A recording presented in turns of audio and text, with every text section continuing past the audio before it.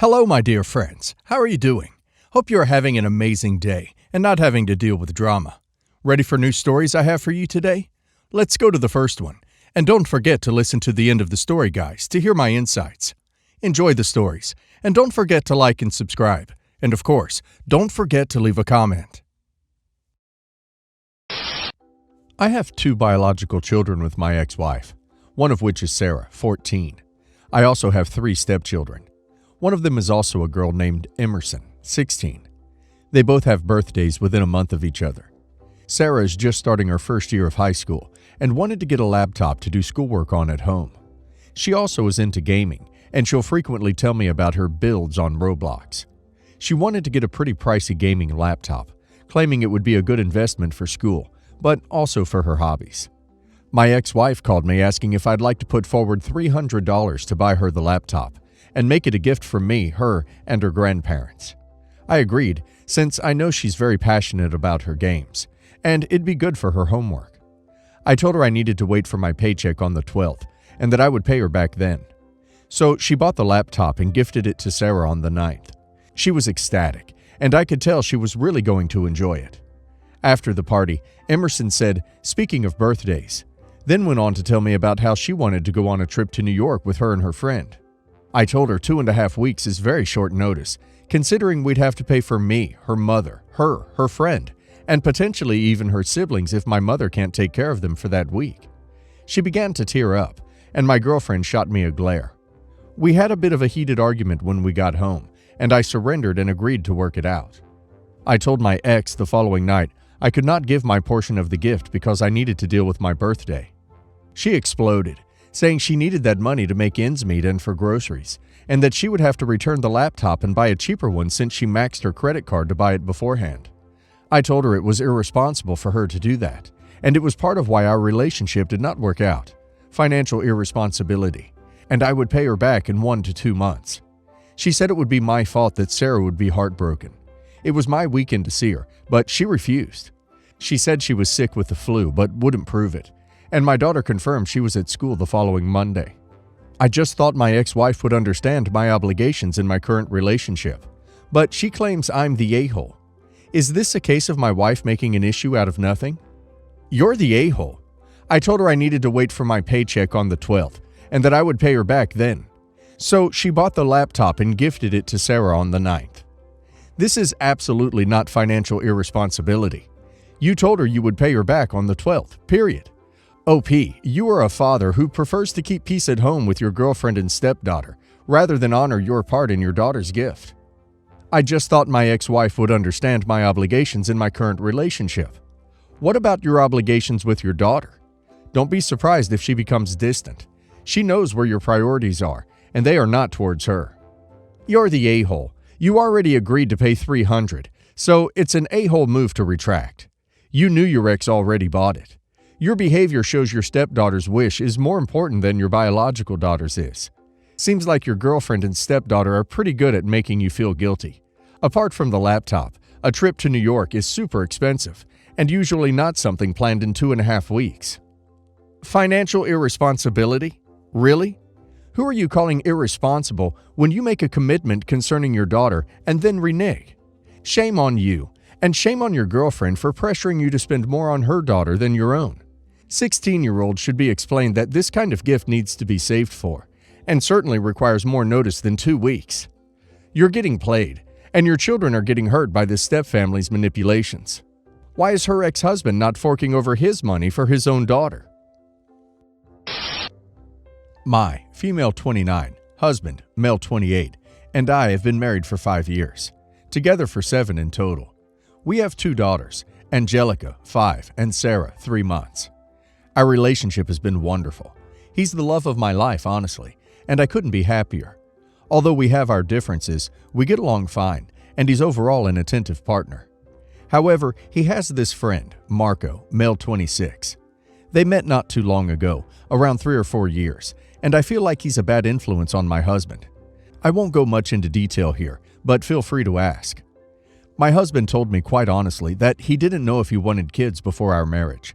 But then we got accidentally pregnant, and we got married. During my first daughter's pregnancy, he was kinda dismissive of me. Not to the point of being hostile, but he wasn't head over heels for being a parent like I was. He didn't really want to be in the delivery room because he said it wasn't for him, but he still did it to support me through it. After Angelica was born, things improved. Shortly after, I told him that I wanted to have more babies. He wasn't sure of it, and it became an ongoing argument between us, until he basically gave in and agreed. He was dismissive during the pregnancy again, although we had spoke about it, and I agreed that he would be able to continue with his hobbies and occasional trips as usual. However, 3 months ago our daughter was born. I was home with my eldest daughter alone when I went into labor. He was with Marco. He didn't exactly tell me where he was going. He just left early. I tried calling him, but his phone was turned off. I gave up on the idea and called my mom. She drove home and then drove us to the hospital. There I was in the hospital calling him. We called my family and his. Soon everyone was there helping me find my husband, but his phone was still turned off. After around 2 or 3 hours, I couldn't hold it any longer, and I had to go into the delivery room without him. We were all extremely worried about him, and that only added to my stress about giving birth. Anyway, at some point he got there and waited with our families outside. I was fuming, of course, not only because he missed our daughter's birth, but also because his hair was wet, and you know what that means. I didn't want to believe it. Luckily, it was just the hormones making me imagine stuff. 2 days ago, we were arguing because he's planning a trip with Marco next week. Things got a little heated, and he was leaving to get some fresh air because he didn't want to argue in front of our daughters. Then I said something like, "Leave, you're never there for us," or something like that. He asked me why I said that, and I told him he couldn't even be bothered to be there with me when our daughter was born. We continued arguing after that, and he left. He's disappointed that I can't get over it even after months. Now we're not talking to each other. Am I wrong for this?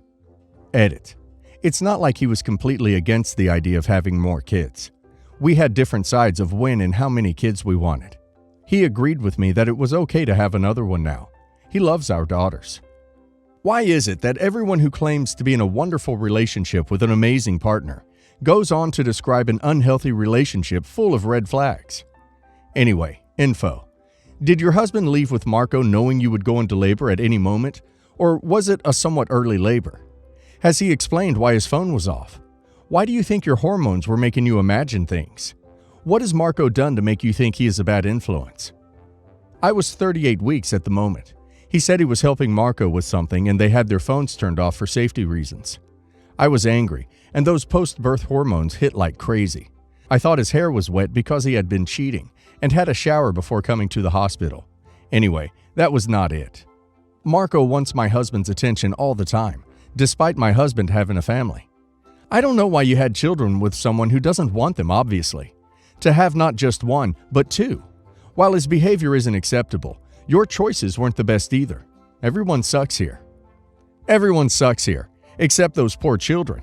You knew he didn't want children, and you saw how he interacted with your first child, but still chose to push and push until you got a second. Sorry, but that's on you for pushing him until he gave in. Sounds like you're mainly mad at yourself for knowing this and letting it happen again. My husband and I have 3 kids under 5. He has a sister we have been no contact with for almost a decade. She is a spoiled brat, honestly, and when she didn't get her way, tried to start problems with my brother and accuse him of things, so we cut her off. We still see her at family events because everyone still talks to her. It was rough for me for a while to go to events with my husband, seeing how everyone was still close to her, despite my husband and I telling everyone what she did. It really hurt me that his entire family just took her side. I thought after they heard what she did, they would see what a toxic person she is. But if they still choose to have her in their lives, there's nothing I can do about it. Usually we just ignore each other. I've made it clear to mother-in-law that sister-in-law is not to go anywhere near our children or speak to them. Yesterday we went to mother-in-law's for Easter. We knew sister-in-law would be there and did our normal routine of completely ignoring each other. There are 5 other kids in the family, all children of my husband's cousins. Sister-in-law made them each Easter baskets and made a big show of giving them to each kid in front of my kids. Of course, nothing for my kids. My kids were so upset they didn't get anything from her. They don't know who she is. We just tell them she's grandma's mean friend and to stay away from her. This for me was the last straw. Now she was actively trying to make my kids feel bad, making sure they felt left out. I'm sure she planned this for that purpose alone. We left right after dinner with our very upset children. I didn't want to fight with family in front of the kids, so I waited until this morning to call mother-in-law. I asked her if she thought it was okay what sister-in-law pulled yesterday. She claimed to have no idea what I was talking about. When I brought up the Easter baskets, she tried to justify it by saying that sister-in-law is close to her cousin's kids, so of course she would make them Easter baskets, and it had nothing to do with my kids. Once again, condoning her toxic behavior. I told mother-in-law plain and simple, this was the last straw, and the fact that she is justifying it made it worse. I told her we would no longer be attending any event sister-in-law is at, so the ball was in her court. She told me I was being ridiculous, and the Easter baskets had nothing to do with me or my kids. She told me she would still be inviting sister-in-law, and it was up to us what we wanted to do. Before I hung up, I told her to think about if her toxic daughter is worth a relationship with her grandchildren, then hung up. My brother and his wife think I am totally in the right and just looking out for my kids. But my friend told me to let it go because I am causing tense situations and my kids will suffer and miss out on family. I don't want sister-in-law near them when she will keep pulling this crap to try and make my kids feel bad. I'm sure other mothers will see where I'm coming from. Your married brother texted your sister-in-law and told her to come over while his wife was away. She called him out for being creepy, which he was. You brush his bad behavior off as, it's how he jokes, and go no contact with her, but expect her to buy gifts for your children, whom she otherwise has no relationship with. You're the a-hole, entitled, and an enabler of your brother's crappy behavior. You're the a-hole. Your brother sent her inappropriate texts, which you excused as jokes. You then told her to stay away from your kids, but got mad when she didn't make them Easter baskets. You're disgusting, and so is your brother, and your husband's family would probably love it if you stopped showing up to their family events. You didn't make it clear what accusations she made to spoil the relationship in the first place. You could have forgiven her and opened up a line of communication. Yet you stonewall her, and that's okay, but it's not okay for you to expect her to give you or your kids anything. After all, what did you bring? Makes me think the start of all these tensions was you making a mountain out of a molehill over something as petty as this. Grow up. And bonus, you get the mother-in-law involved and try to pit family against each other, then guilt trip and blackmail the mother-in-law with your grandkids, just because mother-in-law didn't want to be in the middle of all the stress, which you created. You're the a-hole, a manipulative one at that. I, 35 female, am engaged to my fiancé, Brian, 37 male. We've been together 2 years. He has a daughter, Ashley, 14, from a previous relationship. I'm currently pregnant with our daughter. I like to play the lottery sometimes, usually just scratch tickets. This time, I won $50,000. Of course, I was very excited. I decided to take the money and put it away for my future child's future. I told Brian about the money and that it was being put away for our baby's future. He said we should take some of the money for Ashley since she's going to be graduating high school in a few years. Brian and his ex do have a college fund set up for Ashley, but not enough for all of it. I let him know this money would be being used for our child since it was won by me and I'd be the one paying taxes on it since we're not married yet.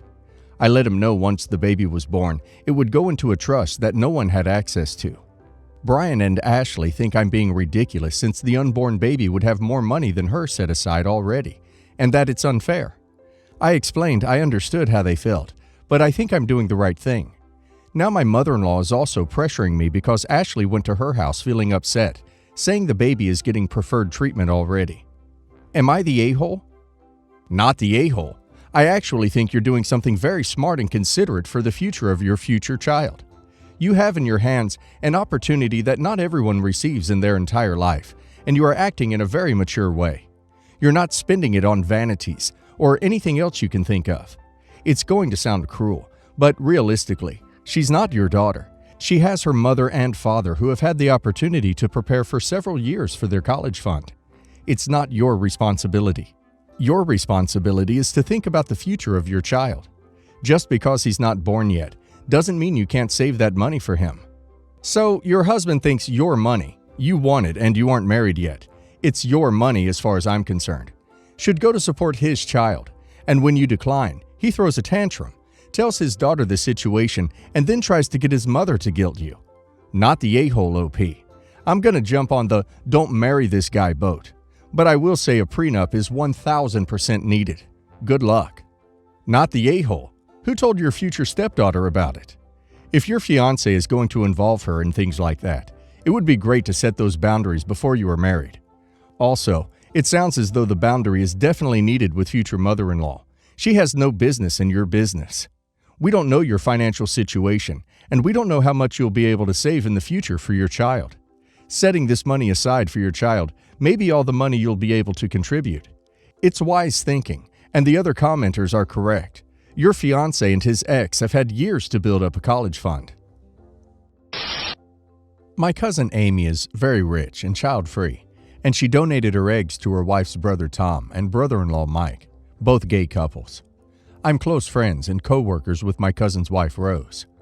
Tom and Mike both work jobs that pay 6 figures, but Amy has a business that pulls in $3 million a year. Tom and Mike hired a surrogate, and Amy signed a waiver which stated she had no legal responsibilities to any children produced from her eggs. Amy set up a college fund of $100,000 for the first baby who was perfectly healthy and thriving. The second baby, May, was born with MCDK, and it's been months of dialysis, and now they're talking about kidney transplants.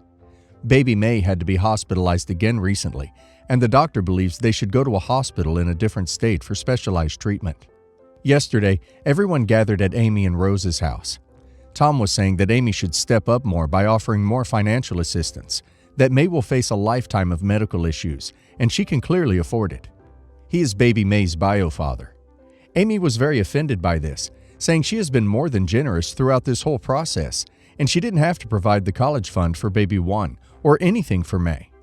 Tom said that Amy is a heartless monster and wouldn't care if May died.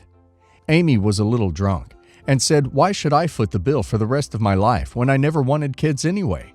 I worked hard for my money, and you can always have another baby." Everyone was stunned. Amy excused herself, and Rose was crying. Tom left after that, and I went into the guest room. Later, Rose came in and apologized, but asked what I thought. I agree with Amy. Legally, she has no obligation to the babies, although she shouldn't have said it like that. I feel like Tom and Mike should have prepared for something like this, and both of them make 6 figures. Rose was upset, saying she could not believe I thought like that. Every life is precious. I'm just like Amy. Rose absolutely adores babies, while Amy can't stand them. Amy made it very clear before the babies were born that she would have no involvement in the babies' lives, and Amy has never seen May, and only attended the first baby's first birthday party, so I don't blame her for doing exactly what she said she would do. I texted Amy a message of support, saying I really don't think she did anything wrong. It's not her child legally, and I would have done the same thing. Now Rose is not speaking to me, and Amy is a mess. I'm dreading going back to work on Monday because Rose is very open, and I kinda don't want my coworkers to judge me because technically Amy is right. They can just have another baby, and Amy didn't sign up to bankroll this kid for life. Am I the a-hole? Not the a-hole. Amy never wanted kids, graciously offered those unable to have kids the ability to have kids. Now she's being faced with emotional blackmail. Does it suck somebody will face a less desirable life because she doesn't pay up? Yes. But then again, we could also look to all the rich people in the world. None of them are the parents of the child, and all of whom are in a better position to pitch in. Summary: life sucks, but that doesn't mean somebody else is required to bail you out. Not the a-hole. It's a hard pill to swallow, but you're right. T&M should not have gone out of their way to have children if they were not emotionally and financially able to care for the child. No, this is not a less fortunate people shouldn't have children argument. This is in regards to looking for a surrogate. As a parent, you should be prepared for the being that you're legally responsible for to potentially have health issues or get injured. Additionally, they knew that Amy was not going to be in the picture financially or responsibility-wise way ahead of time, long enough to think things through and rethink parenthood and/or surrogacy, egg donations. They can't pull a 180 as soon as things aren't going their way. They are the parents. Amy is not. It's not fair for them to shoulder their responsibility onto someone who legally signed it away. Here's the important part of that entire message.